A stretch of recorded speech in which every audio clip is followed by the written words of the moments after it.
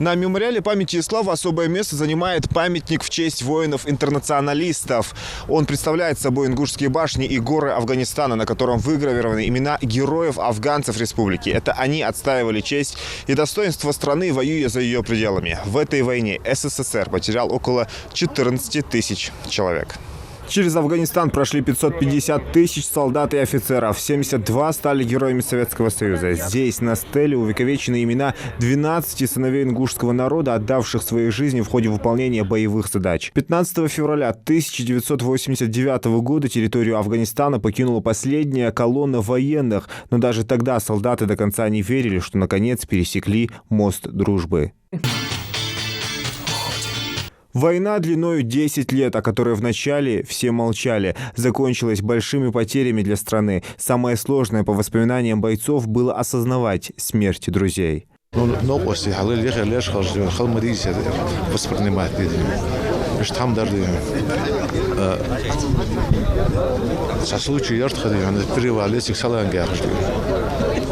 Скалоны заблокировать, да, суча вентиляцию, отключить, да, духнах вейс хацучи, да. Эдгиртхон халахал момент азер. Ах, занги халштивен, издыштивен. Может отдаться, да. Док чалур, да. Док чалур. Сахайно паста, хайбал чара. Сар барыш дак богар каскастивен. Но зязди из али шаждас рассухан. В 83 году мы разрешили, он зязди афишировать. Молодых людей забирали в основном с 18 лет. Все они с честью и с достоинством выполняли свой долг. Для многих эта война стала школой мужества. Кандагарский, дышебояш, подозрение, ну, слышишь, выполнять задачи, по информации, что банды кишлаки, караваны, оружие, что информация поступит дур, или караван захватить, юртон, мягко был боевикиш, сантазер, что уезжает турва на спецоперации. Ну, там служили как одна семья. У нас не было такой дележки, того и все. Служба нормально прошла. Самое трудное, что было, в Жалабаде круглый год было лето. В декабре месяце, в январе месяце 32-35 градусов было. Это вот самое то, что было трудно. За перевалом в Кабуле уже снег был, а когда в Жалабаде 32 градуса тепла. Летом было до 50-55 градусов доходило в тени.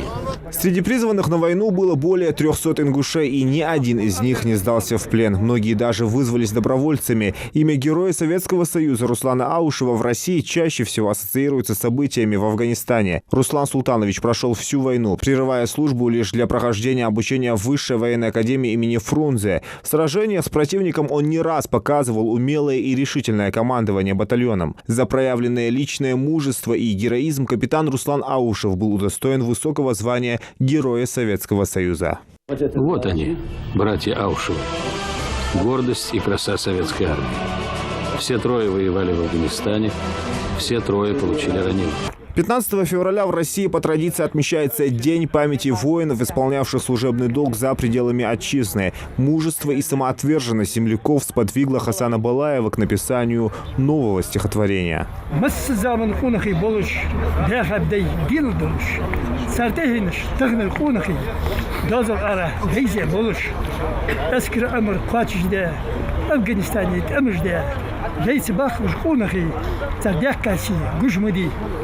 Бахач мягко низм вордеш, тахан бош, мари гуш.